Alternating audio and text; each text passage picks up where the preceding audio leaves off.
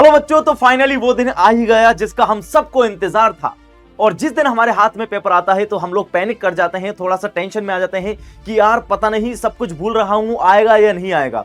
उसी सिचुएशन से बचने के लिए जेके बोस वाला ने एक कदम उठाया था पिछले साल, योर पेपर इज हेयर करके, जिसको आप लोगों ने बहुत ज्यादा सपोर्ट किया। और ये वाली स्कीम जो है ये इसीलिए है जिससे आपका कॉन्फिडेंस एक साथ बूस्ट अप हो सके और पेपर को देख के आपके अंदर का डर निकल जाए। क्योंकि यहां पर हम डिस्कस करते हैं उस तरह के सवाल जो आपके एग्जाम में आने की पॉसिबिलिटी रखते हैं या जो पीवाईक्यू बेस्ड होते हैं। तो जिन बच्चों की तैयारी अच्छी है वो देखिएगा आप लोग इसमें से कितने क्वेश्चंस कर पाते हैं। जिन बच्चों ने तैयारी नहीं की वो भी देखिएगा, क्या पता इसमें से कुछ क्वेश्चंस आ जाएं और उम्मीद हो जाए पास होने की। समझ पा रहे हैं बात? तो आइए बिना देर किए, आपका टाइम ज्यादा नहीं लेंगे, डिस्कस करते हैं हम योर पेपर इज हेयर। आप सभी लोग बड़े ही खुशनसीब हैं कि सर कैसे, अगर आप ओनली 60 मार्क्स का अटेम्प्ट करेंगे तो आपको कितने मार्क्स मिल जाएंगे? 70 मार्क्स। शायद स्टार्टिंग में प्रॉब्लम्स रही होगी, बट मुझे लगता है अब चीजें आपके लिए क्लियर हो गई होंगी। कोई भी आप 60 मार्क्स का बढ़िया से अटेम्प्ट करो जो आपको अच्छे से आता है, गलती की गुंजाइश मत छोड़ो। अभी तक जो गलतियां हुई हैं उनसे आपको सीखना है और बढ़िया तरीके से अटेम्प्ट करना है। तो चलिए चलते हैं हम लोग चैप्टर नंबर 1 के ऊपर। यूनिट एंड मेजरमेंट में मैं आपको सवाल देता हूं कुछ, यहां पर मेरी बात सुनिएगा। पीवाईक्यू बेस्ड पर अगर मैं देखूं तो पहला क्वेश्चन तो सबसे ज्यादा जो इंपॉर्टेंट बना है वो बना है हमारे पास में डायमेंशनल एनालिसिस और इसके एप्लीकेशन। एप्लीकेशंस का मतलब एक तो फॉर्मूला डेरिवेशन वाला आता है, कौन सा भैया, कि F बराबर mv स्क्वायर अपॉन r, ठीक है। या फिर एक बार सेंट्रीपिटल फोर्स वाला भी ये फॉर्मूले का डेरिवेशन पीवाईक्यू में पूछा गया है। दूसरा सवाल यहां से जो पूछा गया था वो टाइप नहीं कर पाया, इसलिए मैं आपको लिखकर बता रहा हूं। 1 न्यूटन में कितने डायन होते हैं? 10⁵ डायन। और 1 जूल में कितने अर्ग होते हैं? 10⁷ अर्ग। इस तरह के कुछ क्वेश्चंस आपको देख लेने हैं। और इसके बाद आपको क्या करना है, फंडामेंटल क्वांटिटीज क्या होती हैं, ड्राइव क्वांटिटीज क्या होती हैं। सिग्निफिकेंट फिगर पर एक सवाल पूछ लिया जाता है कि इसमें बताओ नंबर ऑफ सिग्निफिकेंट फिगर कितने हैं। अगला आपसे पूछता है what do you mean by the principle of homogeneity. Principle of homogeneity का मतलब होता है सेम टाइप की क्वांटिटीज को ऐड किया जा सकता है। यहां पर वो फॉर्मूले को चेक करने के लिए हमको दे सकता है। आगे बात समझ में, इस तरह के यहां पर सवाल बनते हैं नॉर्मली, कोई तगड़ी चीज इसमें नहीं आती है चैप्टर नंबर 1 में। चैप्टर नंबर 2 की अगर मैं बात करूं, motion in a straight line, तो स्ट्रेट लाइन में से आप एक न्यूमेरिकल का ध्यान रखोगे। न्यूमेरिकल कैसा आएगा? नॉर्मली डिफरेंशिएशन या इंटीग्रेशन पर बेस्ड आएगा। एक तो फॉर्मूला देखना है आपको, नॉर्मली डिफरेंशिएशन पर बेस्ड या फिर इंटीग्रेशन पर बेस्ड। नॉर्मल, कोई ज्यादा तगड़ा लॉजिक नहीं होगा। कैसे? जैसे मैं आपको बता दूं, velocity is equal to displacement upon time. Displacement देकर के वेलोसिटी पूछ लेगा, वेलोसिटी देकर डिस्प्लेसमेंट पूछ लेगा। तीन ही चीजें हमसे पूछ सकता है, यस सर पूछ सकता है। उसके अलावा आप ग्राफ्स को पढ़ लीजिएगा, ग्राफ में से क्वेश्चंस कम पूछे गए हैं। सबसे ज्यादा भैया तो डेरिवेशन यही वाला है, drive the equation of motion, ये सबसे ज्यादा आपसे पूछा गया है अभी तक इस चैप्टर में से। ओनली इस चैप्टर में से ये वाला क्वेश्चन सबसे ज्यादा पूछा गया है। बट ग्राफ्स वगैरह ये छोटी छोटी चीजें आप लोग देख लेंगे। तो बिल्कुल जो कच्चा बच्चा है कि सर एक क्वेश्चन बता दो, तो ये एक क्वेश्चन ये रहा, किस्मत अच्छी हुई तो आई होप आपके आ जाएगा। जिन्होंने कुछ नहीं पढ़ा वो इस एक क्वेश्चन को करेंगे, उसके बाद आगे बढ़ेंगे। ऐसे ही चैप्टर नंबर 2 में सर एक क्वेश्चन बता दो, तो एक क्वेश्चन हमारे पास में ये रहा चैप्टर नंबर 2 के अंदर, प्रोजेक्टाइल मोशन वाला। बस इसको कर लीजिएगा। किस्मत अच्छी रही, किस्मत अच्छी रही तो हो सकता है यह एक क्वेश्चन आ जाए। और अगर आपके मेमोरी के अंदर थोड़ा सा स्पेस ज्यादा है तो ज्यादा क्वेश्चंस कर लीजिए, आसान है। कई बार रिपीटेड मोड पर बोर्ड ने हमसे पूछा है वेक्टर्स के बारे में। वेक्टर की प्रॉपर्टीज क्या क्या है, वेक्टर प्रोडक्ट क्या होता है, स्केलर प्रोडक्ट क्या होता है, उसी के साथ में वेक्टर की कौन कौन सी प्रॉपर्टीज होती हैं उनके बारे में बताओ। समझ में आ गई बात? फिर इसमें दो लॉज भी आते हैं बेटा, ट्राइंगल लॉ और पैरेललोग्राम लॉ। इनको अगर आप देखना चाहो तो देख लेना, vector laws of addition. Otherwise एक बार तो पढ़ ही लेना कम से कम, है ना, कभी कभी पूछ लेता है। यूनिट वेक्टर भी मेरे को लगता है वेक्टर में ही आ गया। इसके बाद आता है भाई प्रोजेक्टाइल मोशन। मेन इंपोर्टेंट तो यही है इसके अंदर। प्रोजेक्टाइल मोशन में मैक्सिमम हाइट पूछ लेगा, रेंज पूछ लेगा, इसके अलावा टाइम ऑफ फ्लाइट पूछ लेता है, या फिर आपसे पूछ लेता है इक्वेशन। और इसका बहुत ही बढ़िया बेहतरीन तरीका आसान मैंने आपको सिखाया था कि डेरिवेशंस को समझने के साथ, कंसेप्चुअली पढ़ने के साथ याद कैसे करना होता है। आई होप वो आपको आता होगा। Centripetal acceleration. अगला चलते हैं हम laws of motion. Laws of motion पर बेटा जो क्वेश्चंस पूछे गए हैं एग्जाम में रिपीटेड मोड पर, वो पूछता है फर्स्ट लॉ बताओ, सेकंड लॉ बताओ, थर्ड लॉ बताओ, या फिर वो पूछता है सेकंड लॉ को ही रियल लॉ ऑफ मोशन कहते हैं। क्यों? क्योंकि सेकंड से ही फर्स्ट निकला है, सेकंड से ही थर्ड निकलेगा। वो हम देखेंगे आगे कभी मौका मिला तो। Newton's 3 laws of motion, I hope आप सभी ने पढ़ा होगा। व्हाट इज इंपल्स, इसमें एक थ्योरम है बेटा, impulse momentum theorem. Impulse momentum theorem आप जरूर कीजिएगा। अब इसके अंदर बैंक्ड रोड वाला डेरिवेशन है, अगर आपने पढ़ा हो तो। बैंक्ड रोड वाला डेरिवेशन पढ़ा है क्या? हाँ सर। उसमें 3 केस हैं, जनरली कोशिश करते हैं बैंक्ड रोड वाला वो पूछ ले। एक तो प्लेन रोड वाला है, एक बैंक्ड रोड वाला है। एक प्लेन बैंक्ड के साथ में फ्रिक्शन जो आ जाता है ना, म्यू और टेन थीटा दोनों आएंगे उसके अंदर। बट बैंक्ड रोड वाला आप सारे बच्चे एक बार डेरिवेशन कर लेंगे। और कंजर्वेशन ऑफ मोमेंटम, ये भी आपके एग्जाम में पूछा गया है। कंजर्वेशन ऑफ मोमेंटम से आप क्या समझते हैं, इसके बारे में आप बताइए। क्लियर है? तो इसमें से भी ये 3 4 5 सवाल हैं, इनको आपको अच्छे से करना है। वर्क एनर्जी पावर सबसे मुझे लगता है इजी चैप्टर है, तो जिन बच्चों ने कुछ नहीं किया वो सबसे पहले सेकंड चैप्टर पढ़ेंगे, एक क्वेश्चन। थर्ड चैप्टर में एक क्वेश्चन, उसके बाद न्यूटन्स लॉज ऑफ मोशन पढ़ने के बाद वर्क एनर्जी पावर पर आ जाइएगा। वर्क एनर्जी पावर में मेरे पास है वर्क एनर्जी थ्योरम। क्वेश्चन पूछा गया था वर्क का वैल्यू 0 कब हो सकता है, तो फोर्स इनटू डिस्प्लेसमेंट से हम इजीली निकाल सकते हैं ना। When is work done set to be 0, work done 0 कब होगा, ये पीवाईक्यू है हमारे पास में। काइनेटिक एनर्जी, काइनेटिक एनर्जी भैया हमें पता है, जब कोई ऑब्जेक्ट मोशन करता है तो काइनेटिक एनर्जी होती है। अब इसमें दूसरा आता है बेटा कंजर्वेटिव फोर्स किन्हें कहते हैं और नॉन कंजर्वेटिव फोर्स किन्हें कहते हैं। कंजर्वेटिव किस पर डिपेंड करते हैं, कंजर्वेटिव पाथ पर डिपेंड नहीं करते, इनिशियल और फाइनल पॉइंट पर डिपेंड करेंगे। उसके बाद पावर में बड़ा क्वेश्चन हमारे पास में नहीं बनता है, फिर बड़ा क्वेश्चन हमारे पास यहां से बनता है, what is elastic collision. Elastic collision क्या है, इसका डेरिवेशन आपसे पूछ लेता है। कंजर्वेशन मोमेंटम और काइनेटिक एनर्जी कंजर्वेशन, दोनों में से आपसे वेलोसिटी का फॉर्मूला यहां से पूछा जा सकता है। अगला चैप्टर आता है system of particles and rotational motion. System of particles and rotational motion में चैप्टर थोड़ा सा बड़ा नजर आता है बच्चों को, बट है छोटे छोटे पार्ट्स में डिवाइड अगर आप देखोगे तो। यानी ट्रांसलेशन से रोटेशन को कंपेयर करो, पूरा चैप्टर एकदम आसान हो जाता है। इसमें मोमेंट ऑफ इनर्शिया के बारे में आपसे कई बार पूछा गया है। मोमेंट ऑफ इनर्शिया, कि मोमेंट ऑफ इनर्शिया से आप क्या समझते हो, इसके बारे में कुछ बताएं। तो मोमेंट ऑफ इनर्शिया क्या है, give moment of inertia of road about its centre. Centre के अबाउट भाई मोमेंट ऑफ इनर्शिया फाइंड करो, है ना। एल स्क्वायर बाई टू जो भी आएगा हमारे पास में, लेंथ निकल देगी हमारे पास में, L square by two mass से मल्टीप्लाई कर देंगे। Define centre of mass, centre of mass का डेरिवेशन कई बार पूछा गया है। कितने सिस्टम्स के लिए, 2 मासेस के सिस्टम के लिए। व्हाट इज टॉर्क, टॉर्क का भी रिलेशन पूछा गया है। जैसे फोर्स का रिलेशन मोमेंटम के साथ, टॉर्क का रिलेशन किसके साथ में होता है, एंगुलर मोमेंटम के साथ। तो ये दोनों एक ही सवाल है। एक बार रिजिड बॉडी पूछ लिया, what is rigid body, rigid body क्या होती है बताओ। रिजिड बॉडी की डेफिनेशन आपको आनी चाहिए। दैट मींस इस वाले चैप्टर में आप कोशिश कीजिएगा कि छोटे छोटे क्वेश्चंस डिवाइड करें, कोई बड़ी बातचीत नहीं है। अगर आपका पहले के चैप्टर्स क्लियर हैं तो मुझे लगता है ये वाला चैप्टर भी आपका एकदम क्लियर ही होगा। ठीक है, अगर टाइम बच जाए तो सिलेंडर का, रिंग का और डिस्क का, इनके मोमेंट ऑफ इनर्शिया आप याद कर लीजिएगा। इसमें रेडियस ऑफ जायरेशन और होता है बेटा एक, है ना, रेडियस ऑफ जायरेशन। ठीक है, रेडियस ऑफ जायरेशन। इसके बाद हम आगे बढ़ते हैं नेक्स्ट चैप्टर पर। चैप्टर का नाम है ग्रेविटेशन। ग्रेविटेशन में से ज्यादा कुछ नहीं पूछता, इजी चैप्टर में इसको कहना चाहूंगा। जो बच्चे अभी सोच रहे हैं कि सर कुछ बता दो, तो कुछ नहीं पढ़ा, पास होने का जुगाड़ देख रहे हैं, तो ये वाला चैप्टर करो। इसका डेरिवेशन भी आपको रट जाएगा बिना कॉन्सेप्ट के, क्योंकि आपने आज तक नहीं पढ़ा, तो बिना कॉन्सेप्ट के जाओ, यहां पर खेल खत्म करो। इसमें क्या पढ़ना है, number 1 universal law of gravitation पढ़ लो। और दूसरा क्वेश्चन कहां चला गया, ये रहा, ग्रेविटेशनल एक्सेलरेशन भैया हाइट और डेप्थ के साथ में कैसे वेरी करता है। हाइट पर जाने पर क्या होता है, डेप्थ पर जाने पर क्या होता है। इसके अलावा तुम्हारा मन कर जाए तो एस्केप वेलोसिटी देख लेना, बस खाली क्या देख लेना, एस्केप वेलोसिटी। और दूसरा क्वेश्चन केपलर्स लॉ, ऊपर ऊपर से पढ़ लेना, तीनों लॉज आपको पता होने चाहिए केपलर्स के ओनली, कि केपलर्स के तीनों लॉज क्या कहते हैं, है ना। जैसे डिराइव तो टफ हो जाएगा, जिन बच्चों ने पढ़ रखा है वो तो पूरा रिवाइज करेंगे। एक बार समझ में आ रही है बात, यस सर, पूरा रिवाइज कर लेंगे। इसके बाद आइए हम बात करते हैं next mechanical properties of solids के अंदर। सॉलिड्स में से एक ही क्वेश्चन पूछा गया है। मैं फिर कहूंगा जिन बच्चों ने कुछ भी नहीं पढ़ा, या ये वो चैप्टर है वापस से जहां से नंबर लाना एकदम आसान है।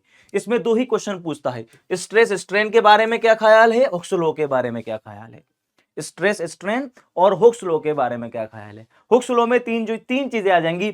इस पूरे चैप्टर को हम आधे पेज पर लिख सकते हैं, पूरे चैप्टर को आधे पेज पर।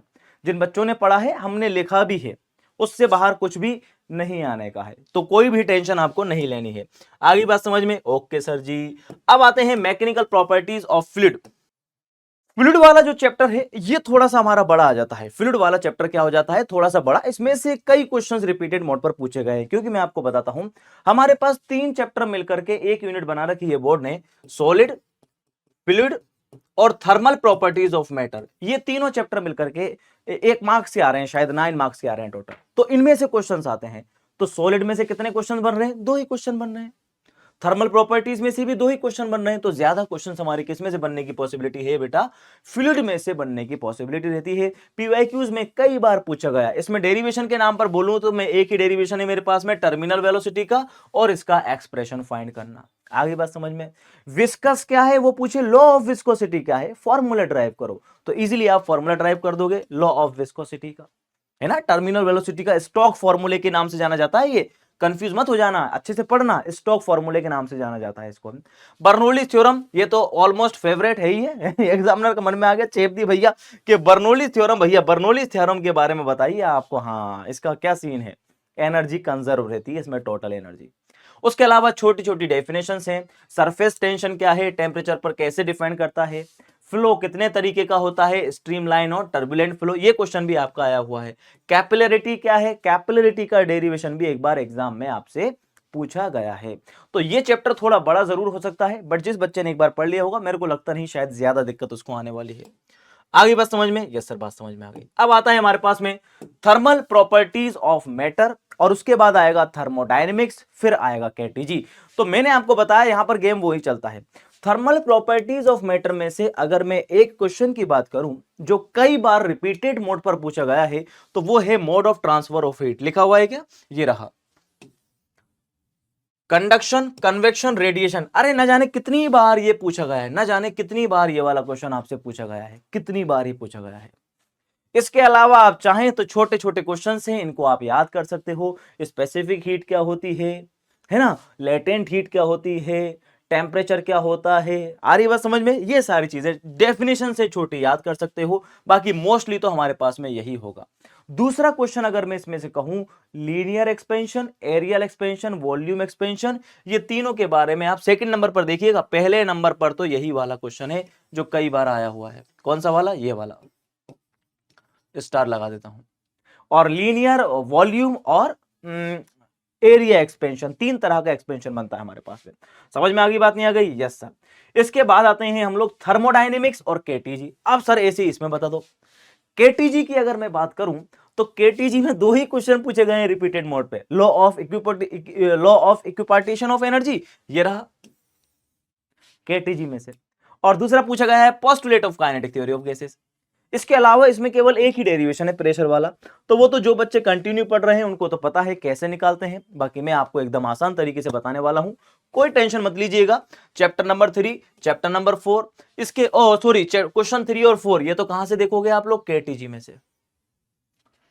इसके अलावा law of thermodynamics multiple times पूछा गया है, multiple times law of thermodynamics. कितने लॉज, 2 लॉज, 2 लॉज ज्यादातर पूछता है, जीरोथ लॉ, फर्स्ट लॉ, और उसके बाद थर्ड लॉ। थर्ड लॉ के अंदर 2 साइंटिस्ट आते हैं जिनके अलग अलग हमारे पास में स्टेटमेंट आते हैं। क्लियर है वाली बात, यस सर। सर जी इसके अलावा हीट इंजन पर आज से पहले न्यूमेरिकल आता था बेटा। हीट इंजन पर क्या आने की पॉसिबिलिटी रहती है, न्यूमेरिकल आता है ना। नीट जो निकालते हैं efficiency of a heat engine, ये रहा एफिशिएंसी।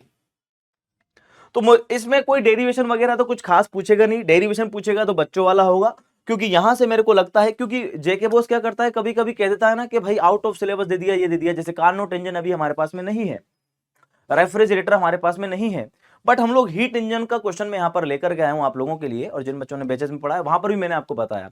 पीवाईक्यूज में इसी फॉर्मूले पे कई न्यूमेरिकल्स पूछे गए हैं, कई न्यूमेरिकल्स, उनको हम लोग डिस्कस करेंगे एक बार, जिससे अगर एग्जाम में आ जाए तो कम से कम आप न्यूमेरिकल को मचका दो। आगे बात समझ में। ये सेकंड लॉ ऑफ थर्मोडायनेमिक्स है जो मैंने आपको बताया, लॉज ऑफ थर्मोडायनेमिक्स, इसमें सेकंड लॉ ही है। अब सेकंड लॉ का क्वेश्चन कैसे पूछ सकता है, देखो, state the second law of thermodynamics, give one statement, kelvin Planck, या तो केल्विन प्लांक और क्लॉसियस। आपको पता होगा सेकंड में 2 साइंटिस्टों ने स्टेटमेंट दिए हैं, एक तो किसने मिलकर दिया, केल्विन प्लांक, दूसरा किसने दिया, क्लॉसियस। तो इस क्वेश्चंस में दोनों स्टेटमेंट लिखने की जरूरत नहीं है, हम कोई भी एक लिख सकते हैं, क्योंकि इसने क्वेश्चन में साफ साफ और लगाया हुआ है। अगर वो और लगा देता है तो और का मतलब क्या होगा कि या तो ये करो या वो करो। सर अगर और नहीं लगाता, अगर और नहीं लगाता तो मुझे दोनों ही करने पड़ते, इस बात का आप ख्याल रखेंगे। क्लियर है वाली बात? Yes sir. इसके बाद आते हैं हम लोग किस पर बेटा? ऑसिलेशन पर आते हैं। ऑसिलेशन और वेव, ये दोनों चैप्टर से बच्चा थोड़ा सा हो जाता है, आई बात समझ में, but no need to worry, tension लेने की जरूरत नहीं है। एसएचएम वाला क्वेश्चन आपसे पूछा जाता है। एसएचएम क्या है, इसकी इक्वेशन क्या है बताओ? इक्वेशन आपको पता होनी चाहिए। पीरियोडिक मोशन क्या होती है बच्चों वाला? Give two example. Oscillatory motion क्या होती है? ये भी आपको आना चाहिए। Yes sir. What are time period, frequency, write their relationship. Time period और फ्रीक्वेंसी का रिलेशनशिप ये भी आपसे पूछ सकता है। टाइम पीरियड और फ्रीक्वेंसी का रिलेशनशिप आपसे पूछा जा सकता है ना। ओमेगा बराबर 2 पाई अपॉन टी, वहीं से निकलेगा ओमेगा बराबर 2 पाई एफ, है ना। ओमेगा बराबर 2 पाई अपॉन टी, ओमेगा बराबर 2 पाई अपॉन टी या ओमेगा बराबर 2 पाई एफ, वहां से आप लोग रिलेशन निकाल सकते हो या उस ग्राफ से भी निकाल सकते हो, जैसा मैंने आपको सिखा रखा है। अगर नहीं आता हो तो कोई टेंशन लेने का जरूरत नहीं है। अभी है हमारे पास में टाइम, अभी हमारे पास में टाइम है, हम इजीली कवर कर सकते हैं। क्लियर है? उसके बाद डैम्पिंग क्या है? डैम्पिंग का छोटा सा क्वेश्चन आता है। Explain free oscillation and force oscillation. ये छोटे छोटे क्वेश्चन से जो आपसे एग्जाम में पूछे जा सकते हैं। यहां पर भी आप में एक न्यूमेरिकल आपको इस चैप्टर में से देखने को मिल सकता है। ठीक है, इस चैप्टर का भी आपको एक न्यूमेरिकल देखने को मिल सकता है। अगर टाइम रहे तो थोड़े से पीवाईक्यू जरूर लगाइएगा, न्यूमेरिकल्स के लिए ओनली, बाकी कोई जरूरत नहीं है। अगला आता है हमारे पास में भाई वेव्स वाला। वेव्स के अंदर दो सीन हमारे पास में देखने को मिलते हैं। वेव में क्या सीन बनेगा? वेव में आता है भैया, वेव होती कितनी है। मैंने कोशिश की कि मैं छोटे क्वेश्चंस भी आपको रिप्रेजेंट कर सकूं। मैकेनिकल वेव का एग्जांपल देकर के बताओ, जैसे साउंड वेव हो गई, वो आप पढ़ लोगे ना। लॉन्गिट्यूडिनल वेव और ट्रांसवर्स वेव में डिफरेंस बताओ। वेवलेंथ, एम्पलीट्यूड, फ्रीक्वेंसी और चलो यही डाल देता हूं मैं टाइम पीरियड। इन सब के अंदर डेफिनेशन और रिलेशन निकाल करके बताओ, है ना। ऐसा करके निकालते हैं ना, देखो चलो बता देता हूं। 0, 2 पाई, यहां लिखते हैं टी, यहां लिखते हैं लैम्डा, ऐसे तीनों के अंदर हमारे पास में रिलेशन निकल सकता है इजीली, कोई टेंशन वाली बात नहीं है। इसमें एक फॉर्मूला पूछा जाता है स्पीड वाला बेटा। स्ट्रिंग वेव के अंदर इसमें दो हैं, एक तो ओपन ऑर्गन पाइप है, एक क्लोज ऑर्गन पाइप है। तो ऑर्गन पाइप वाले आप डेरिवेशन एक बार देख सकते हो ना। ऑर्गन पाइप, ऑर्गन पाइप वाले डेरिवेशन आप देख सकते हो। State the principle of superposition. Superposition का प्रिंसिपल क्या कहता है? दो वेव्स आपस में मिलती हैं, और मिलती हैं तो दो तरह से मिलती हैं, कंस्ट्रक्टिव एंड डिस्ट्रक्टिव, उसी को इंटरफेरेंस कहते हैं। डेरिवेशंस के लिए आप लोग ऑर्गन पाइप पर जाओगे और स्टैंडिंग वेव्स पर चले जाओगे, यानी वेव स्टैंडिंग जो वेव होती है स्ट्रिंग में, बस। हालांकि यही है दोनों, बात मैं बात करूं तो दोनों सेम नजर आएंगी हमारे को, कोई भी इसके अंदर डिफरेंस नहीं है। क्या बात समझ में आई आपको? Yes sir. दूसरी बात, आपने जितना भी पढ़ा है बहुत अच्छे से पढ़ा है, कॉन्फिडेंस रहिए अपने आप पर। जो भी आपने पढ़ा, जैसा भी पढ़ा, जितना भी पढ़ा, कॉन्फिडेंस रहिए, बस इतना आपसे कहना चाहते हैं। कोई टेंशन लेने का जरूरत नहीं है, अभी आपके पास बहुत टाइम है। अभी एक ही पेपर हुआ है हमारा इंग्लिश का, इस पेपर के लिए सोचो कितना टाइम है, बहुत टाइम है। अगर बढ़िया स्ट्रेटजी बना दी, बढ़िया प्लानिंग बना दी, तो कम से कम कुछ मार्क्स तो आप पहले ही सिक्योर कर लोगे। कर लोगे नहीं कर लोगे? बिल्कुल कर लोगे। कुछ कुछ चैप्टर जो मैंने एकदम बिल्कुल आपको आसान बताए हैं कि सर ये क्वेश्चंस तो बिल्कुल आसान है, ये चैप्टर तो आसान है, इन चैप्टर में से तो केवल एक या दो ही क्वेश्चन आ सकते हैं। उन एक या दो को कवर करके अपने मार्क्स सिक्योर करो, और हम ऐसी उम्मीद करते हैं कि वहां से क्वेश्चन आ जाए। आगे बात समझ में? तो मेरी तरफ से आप सभी बच्चों के लिए, पूरी टीम की तरफ से बेस्ट विशेष हैं। ये देखो हाथ से पकड़ के हाथों से लिखा है, ये बेस्ट विशेष आप सभी बच्चों के लिए। तो और ये थैंक यू सो मच। ठीक है, मेन चीज तो क्या है, मुझे लगता है थैंक यू से बढ़िया है बेस्ट विशेष। अच्छे से पेपर करके आना है, बस एक बार कलम चल जाए तो रुकनी नहीं चाहिए। ठीक है बेटा, बाकी पूरी टीम यहां पर आपके साथ खड़ी है, बट एग्जाम में आपके साथ नहीं जाएगी। बट आपको ऐसा लगना चाहिए कि एग्जाम में भी हम लोग आपके साथ आए हैं। इसलिए खुद के ऊपर भरोसा रखो और पेपर को अच्छे से करो। Wish you all the very best.